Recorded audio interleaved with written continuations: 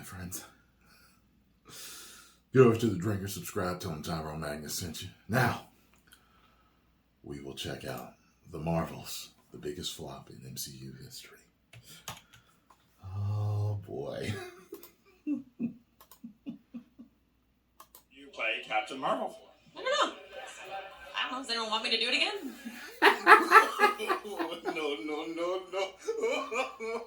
No.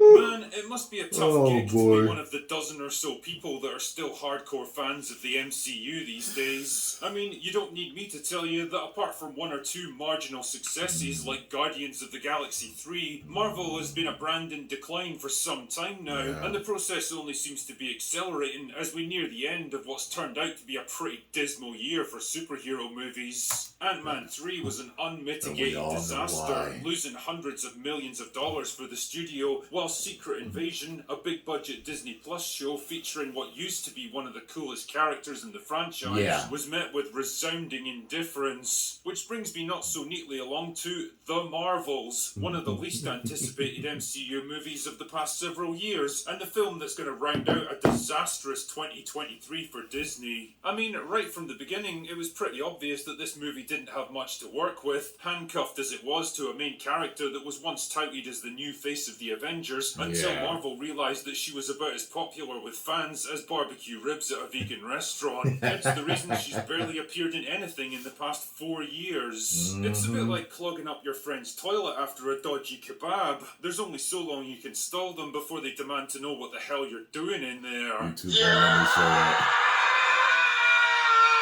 Attempts to dilute the problem by crowbarring in two other characters that most people either didn't know or didn't care about only served to highlight how pointless, directionless and passionless the whole endeavour felt. Then came the delays, the revisions, the reshoots, the rumours of tension and explosive conflicts on set, the disastrously bad test screenings, the hiring of an inexperienced director with a grand total of one mid-budget movie to her name who made baffling statements like, "This movie is going to be totally different from the rest of the MCU because it's really wacky and silly," or sometimes you'd be in a scene and you'd be like, "What the hell does any of this mean?" No kidding, Mia. I often find myself asking the same thing with pretty much every Marvel project these days. The difference between us is that I'm not supposed to be directing one of these things. But hey, who knows? Maybe the film would turn out to be a big hit at the box office. I mean, man, the first one made over $1 billion, so there's no reason the sequel couldn't equal that. The asterisk there's an asterisk on that billion. Oh, so the box office projections have come in for the Marvels, and they're not looking good. In fact, that's putting it mildly. If they're correct, then this movie's got about as much chance of turning a profit as a holiday park in Chernobyl. According to Box Office Pro, the Marvels' early box office projections are 72% worse than Ant-Man and the Wasp: Quantumania, a film which went on to make less than $500 million globally, nowhere near its break-even point. Its opening weekend is expected to generate between 50 and 75 million domestically, less than half of what Captain Marvel did. Pre-sales are down 69% behind Guardians of the Galaxy 3 and 72% behind Ant-Man and the Wasp: Quantumania. Not exactly good news. And it's not like this was a cheap movie to make either. In fact, the final production budget comes in at just shy of $275 million, making it easily one of the most expensive movies in MCU history. I mean, with CGI this good, what else could you expect? Just as a little comparison though, I'd like to point out that The Creator was made on a budget of just $80 million. Either way, when you factor in the costs of marketing, promotion and distribution, you're looking at close to $800 million just to break even. Son of a... Something tells me this movie is not going to make $800 million. I mean, man, they'll probably save a bit of money on the press tour because it's looking increasingly likely that the actors' strike could drag on until the end of the year, but something tells me that's not going to be enough to tip the scales in this case. But drinker, you rapacious rapscallion, I hear you say, Barbie was all about female empowerment just like Captain Marvel, and that film went on to be the biggest hit of the entire year. It was a major Ride IP. the girl power wave all the way to And the it bank, legitimately just like was funny. Well, advocate for the devil, I'd pump the brakes on that kind of enthusiasm if I were you. Regardless of its artistic merits, of which there are few in my opinion, Barbie was a huge hit because it successfully tapped into the elusive female market in a way that Marvel never can, taking the quintessential female toy that almost every woman in the Western world has played with at one time or another, and adapting it into a movie told from an unapologetically feminine perspective. It worked because it captured an audience that's been largely starved of content tailor-made for them for almost 10 years now. What studios have tried to do instead is to bend other genres and franchises around them rather than making stuff that's tailor-made for them in the first place. For example, Marvel's core audience is, was, and always will be male.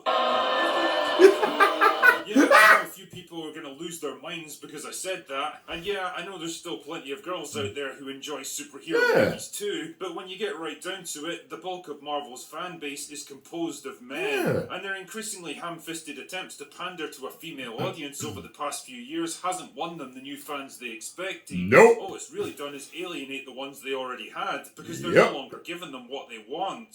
That is why more and more of their movies are failing. That's why nobody gives their TV shows anymore. That is why The Marvels was doomed before they even shot a single frame. Not just because of the unpopular main characters, not just because of the inexperienced director or the bloated and ridiculous budget, not just because of the general malaise around superhero movies as the genre enters its twilight years, but because they already pushed away the very people who once supported them so fervently.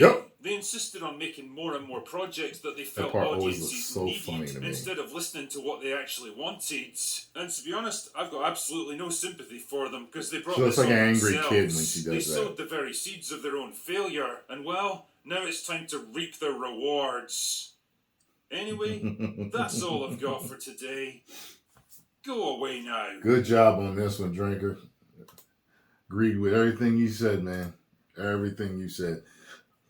Except for the inexperienced director thing. I think an inexperienced director could do well with something that's written right. You see what I'm saying? Like, you can, and sometimes they don't, but the thing is, inexperienced directors, if the script is written rock solid and they're giving the fans what they want in the movie, then it's going to help. Majorly. But if not, having an inexperienced director is just going to make it worse. And that's probably what they're doing. I haven't seen the woman's other films, so I don't know. I will have to see the movie. I haven't bought my tickets yet. I'm going to buy them the day of. I'm sure I'll get the seat that I want the day of. Yeah. God, man. It's so, like I said, like he said, and I've been telling y'all, like, I mean, he said it best. He alienated all of the fans. They alienated their base. And like I said, look, just watch when the Marvel TV spots and the trailers come out, Star Wars, stuff like that. Watch how many views they get versus what they used to get when it was riding high. Okay? For the Infinity Saga, all that stuff. All right? Captain America, Winter Soldier, Civil War, just look at the views that they got, even before then, anyway, see y'all later. 10 million subscribers.